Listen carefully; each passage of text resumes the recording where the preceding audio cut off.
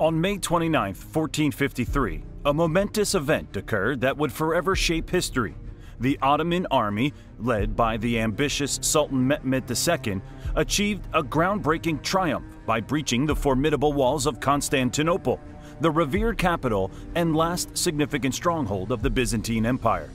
This event has since become a red-letter date in history, often compared to the significance of 1066, yet its true impact remains a subject of intrigue and debate.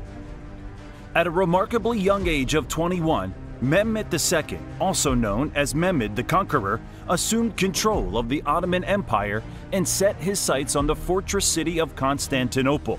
In April 1453, the young Sultan initiated a determined siege, subjecting the city to 53 days of relentless attacks and employing innovative tactics, including the use of powerful cannon fire against its impregnable walls.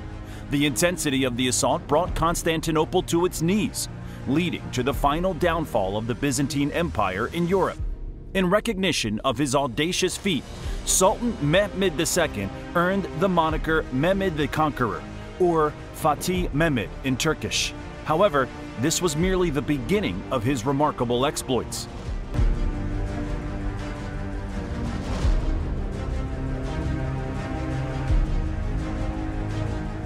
Constantinople was founded by the Roman Emperor Constantine I in the year 324 CE.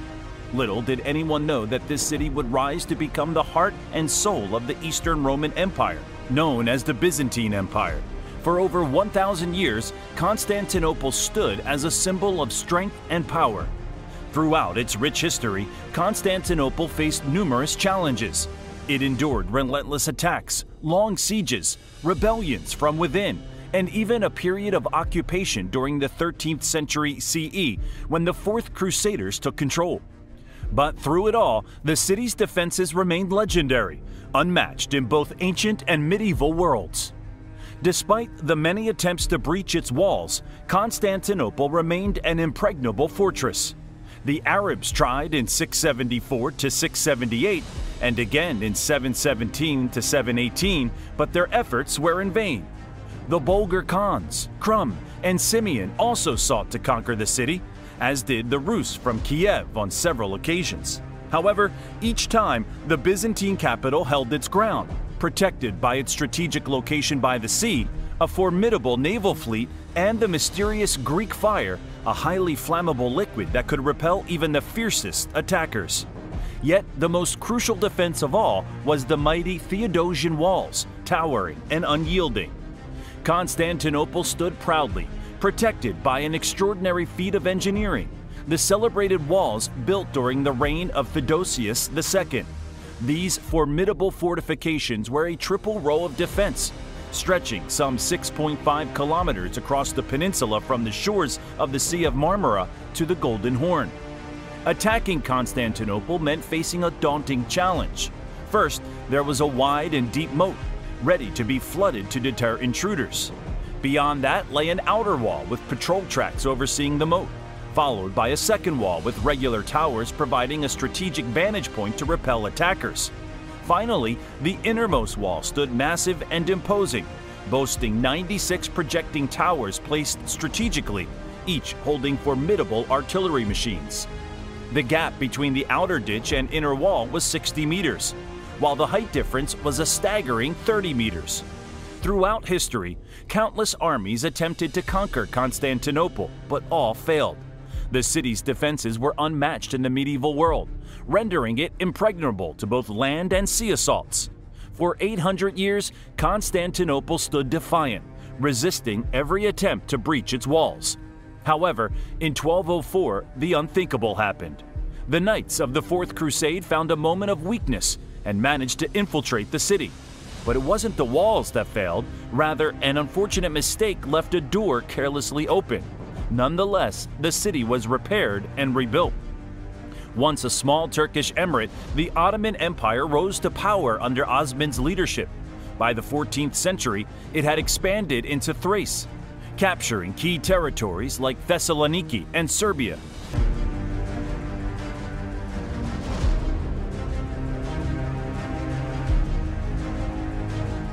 Defeating Crusader armies at Nicopolis and Varna, the Ottomans set their sights on Constantinople. With Byzantium teetering on the edge of collapse, the city's defenders faced overwhelming odds. The once great navy had dwindled to a mere 26 ships, most belonging to Italian colonists. The defending army numbered less than 5,000 men, a fraction of what was needed to protect the city's extensive walls. The West offered limited help, but it was not enough to break the Ottoman blockade. The fate of Constantinople now rested on its defenses, with food and arms stockpiled as they braced for the decisive clash that would shape history. As the siege of Constantinople loomed, a mix of hope and dread filled the hearts of its defenders. Yet, there were also chilling prophecies foretelling the city's fall. According to ancient lore, Constantinople would be doomed when its ruler bore the name Constantine and a lunar eclipse occurred. The current emperor, Constantine XI, fit the ominous criteria. Undeterred, Constantine XI led the defense personally, joined by esteemed military figures like Lucas Notaras, the Cantacuznos brothers, Nikephoros Palaiologos, and the Genoese siege expert Giovanni Giustiniani. Armed with catapults and the deadly Greek fire, the Byzantines prepared to face their sternest test yet. But warfare had evolved, and the formidable Theodosian walls were about to face their greatest challenge. Mehmed II, the ambitious conqueror of Constantinople, possessed a game-changing advantage: cannons. These were no ordinary cannons, but massive, formidable weapons. Interestingly, the Byzantines were offered these cannons first, but couldn't afford them, allowing Mehmed to seize the opportunity. In November 1452, the power of these cannons was demonstrated when a defiant Venetian ship was obliterated, serving as an ominous warning. As the Ottoman army amassed outside Constantinople's walls, the Byzantines witnessed the sight of these immense cannons for the first time. The largest among them measured 9 meters in length, with a mouth a meter wide, capable of launching a 500-kilogram ball over 1.5 kilometers. Loading and cooling this colossal cannon took considerable time, limiting its firing to 7 times a day. However, the Ottomans possessed numerous smaller cannons, each capable of firing over 100 times daily. On April 5, 1453, Mehmed sent a demand for surrender, met with defiant silence from the Byzantine emperor. The next day, the attack commenced. Relentlessly, the Theodosian walls crumbled under the relentless bombardment.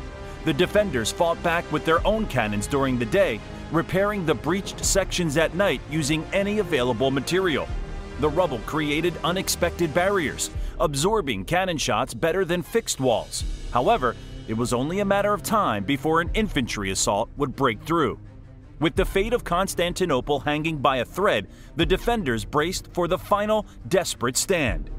In a desperate struggle for survival, Constantinople faced a relentless 6-week onslaught. The Ottomans launched fierce attacks on the city's defenses, even attempting to breach the harbor boom and the land walls. Despite effective resistance, Mehmed II found a way around the boom, deploying ships via a railed road, ready to strike from the sea.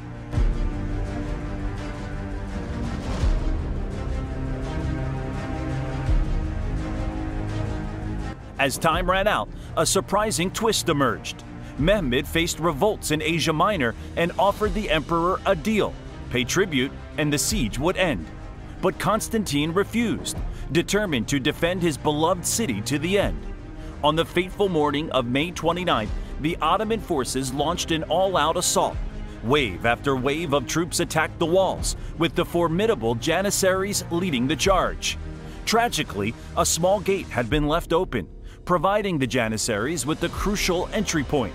Scaling the walls, they planted the Ottoman flag and opened the main gate, allowing their comrades to flood into the city. As the sun rose that day, Constantinople faced its darkest hour. The defenders, even using women and children, couldn't hold the relentless onslaught. The once mighty city stood on the brink of falling, and the fate of its riches hung in the balance. As chaos engulfed Constantinople, some defenders valiantly fought the invaders, while others rushed to protect their families. Emperor Constantine, choosing to stand with his people, fell in the fray, but rumors of his magical preservation gave rise to legends of his return. The invaders unleashed a brutal rampage, looting, killing, and enslaving the city's inhabitants. Churches, including the revered Hagia Sophia, became targets for destruction, priceless art, and Christian relics. The city's Christian legacy was shattered, symbolized by Mehmed's swift conversion of the Hagia Sophia into a mosque. The fall of Constantinople marked the end of the Byzantine Empire and its ancient Roman connection.